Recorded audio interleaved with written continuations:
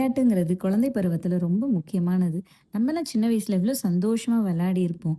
ஆனா, இப்ப இருக்க பசங்களுக்கு அந்த மாரியான விளையாட்டுகள் கிடைக்குதா? விளையாட்டுனாலே மொபைல் கேம். விளையாட்டோட அவசியம் என்ன? நான் டாக்டர் சுஜிதா, ஹோமியோபதி சைக்கியாட்ரிஸ்ட். அறிவை பகிர்வோம், சேர்ந்தே வளருவோம். விளையாட்டுகள் ரொம்ப முக்கியமானது. அது நம்ம குழந்தைங்களுக்கு நல்ல கற்றல் திறன், அறிவுத்திறன், யோசிக்கிற திறன் அது எல்லாத்தையும் அதிகப்படுத்தும். ஆனா, எந்த மாரி விளையாட்டு விளையாடுறாங்கங்கிறத பொறுத்து. வீடியோ கேம்ஸ் மொபைல்ல, டேப்ல விளையாடும்போது குழந்தைங்க மனரீதியாவும், உடல் ரீதியாவும், அறிவு சார்ந்தும் ரொம்ப பாதிக்கப்படுறாங்க. மனரீதியா எப்படின்னா, அது மன அழுத்தத்த உண்டாக்கும். குழந்தைங்களுக்கு எரிச்சல், கோவம் அதிகமா வரும். ஒரு பொருள, ஒரு விஷயத்த ரொம்ப அவங்களால கவனிக்க முடியாது. படிக்கும்போது கவன குறைவு வரும்.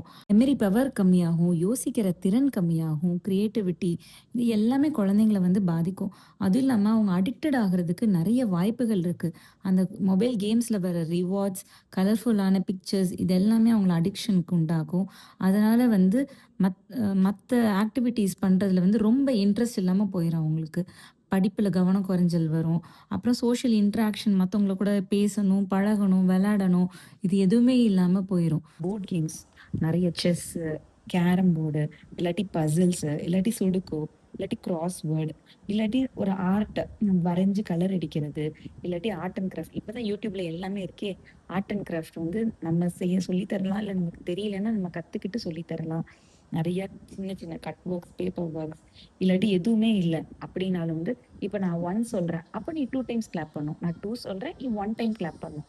அந்த மாரி அப்படியே டிஃபரெண்ட்டா வர மாரி, அப்படியே ஆப்போசிட்டா வர மாரி நம்ம சொல்லி அத செய்ய வைக்கணும். இல்ல அப்படின்னா மெமரி கேம். இப்ப நான் ஒரு கதை சொல்றேன். அந்த கதைய ஃபர்ஸ்ட் லைன் சொல்லுவேன். அந்த ஃபர்ஸ்ட் லைன் நீங்க சொல்லிட்டு, அடுத்த ஆளு சொல்லிட்டு, அதுக்கு அடுத்த லைன் நீங்களா உருவாக்கி சொல்லணும். திருப்பி நான் என்ன பண்ணுவேன், நான் சொன்ன லைனு, நீங்க சொன்ன லைனு, அதுக்கப்புறம் 3வது லைன். இந்த மாரி மாத்தி, மாத்தி, மாத்தி ஒரு கதைய நம்மளா உருவாக்குறது. இது ரொம்ப இன்ட்ரஸ்டிங்கா இருக்கும். இல்லாட்டி என்னன்னா, நான் மனசுல ஒண்ணு நெனச்சுப்பேன். நீங்க அத கண்டுபிடிக்கணும். இன்னொரு ஆள். அதாவது குழந்தைங்க. அதுல 10 கேள்வி கேட்கலாம்.